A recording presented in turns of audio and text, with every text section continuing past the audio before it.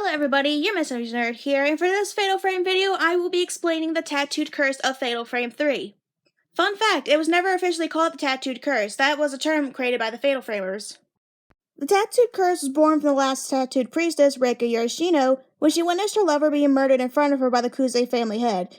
As she was making her way to the Chamber of Thorns, Reika wanted to see Konami one last time. Having those strong feelings made her dream of him, which caused him to dream of the Chamber of Thorns, hence why he was there in the first place.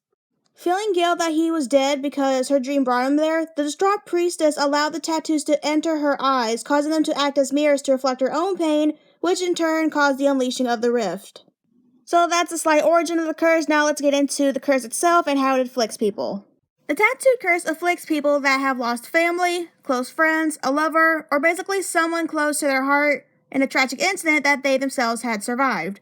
Basically, the game as well as the curse surrounds survivor's guilt.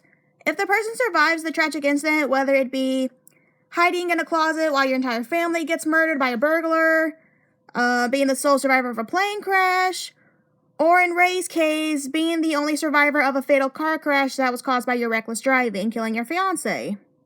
When the survivor of the incident blames themselves for surviving while having strong feelings for the dead, they get afflicted with the curse.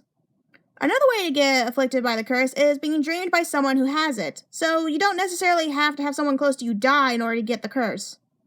The person afflicted by the curse will start having the same dream over and over, mostly dreaming about the person they lost until they see themselves standing before a large mansion known as the Manor of Sleep, with snow falling around.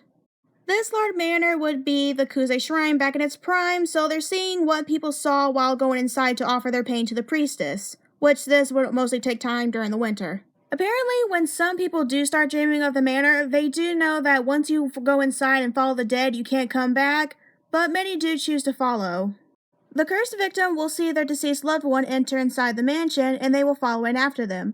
From there on, they will dream about the manor's sleep, following their loved one deeper and deeper inside, discovering new parts of the mansion as they continue further. However, it's not really the deceased loved one that they think they are following, but it's merely a shadow that took the shape of the deceased to lure the cursed victim deeper inside the Manor of Sleep towards the Kuze Shrine.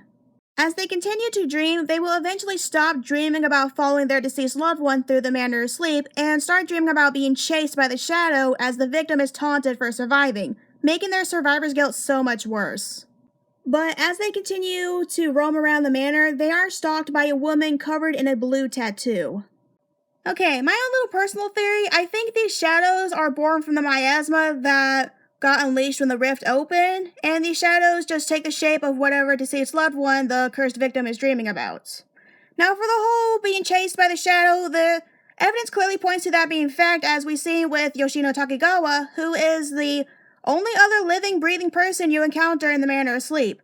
And the evidence pointing to that would be the dialogue Takigawa is saying when you get close enough to her when she's crouched down, or during the cutscenes. Now to quickly explain survivor's guilt, just in case there is someone watching this who has no clue what survivor's guilt is. Survivor's guilt is the guilt of surviving a tragic incident where the person suffering from survivor's guilt will often wish or believe that they should have also died, or that they wish they could trade places with the deceased.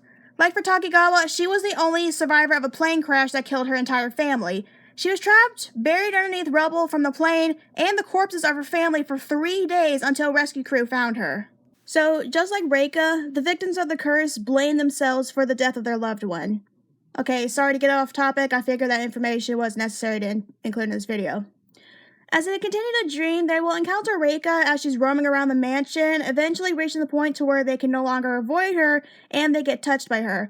Reika then transfers a little of her tattoo to the victim. When this happens, they're fucked. Scary thing is, the tattoos aren't the only thing the victim will see after waking up from their nightmares.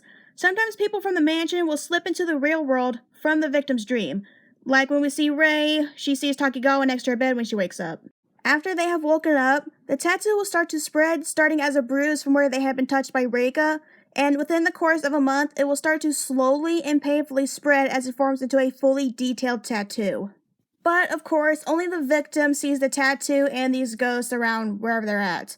Like we do with Rei, when she sees Takigawa in her house, but she disappears when we try to photograph her.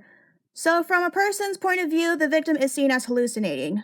As the days go on, the victim will start to experience less waking hours until they slip into a coma, not waking up again, When this happens, the victim is trapped within their dreams and they cannot escape.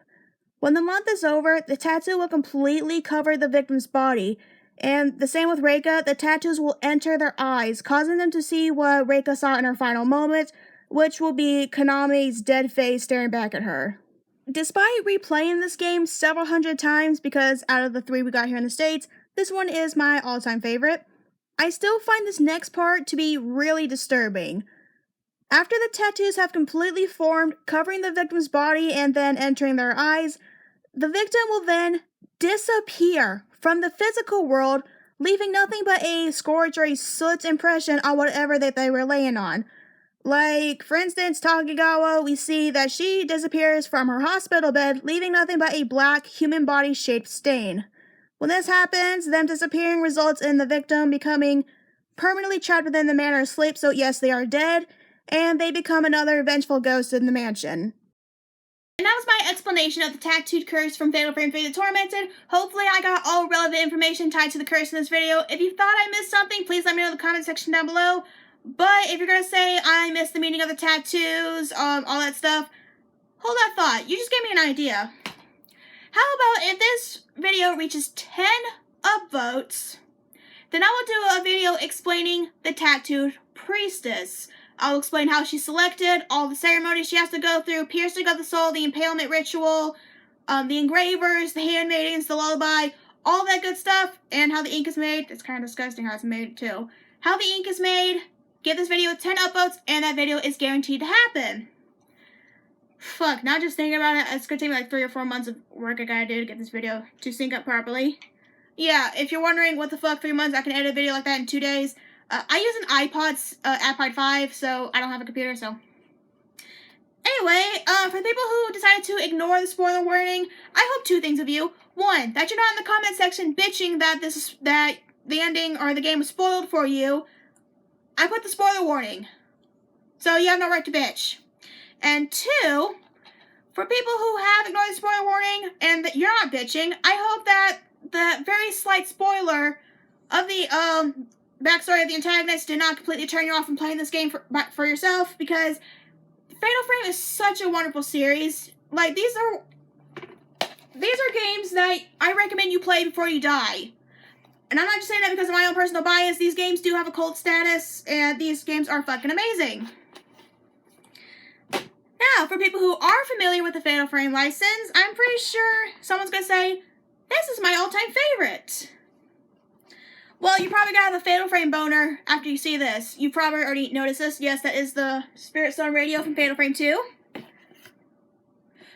I do like DIY props, so if anyone is like a cosplayer and you want props, I've posted a couple videos already. Put you back, there we go. But I'm pretty sure, and I know this for a fact, almost every Fatal Framer wants their own replica of the Camera Obscura.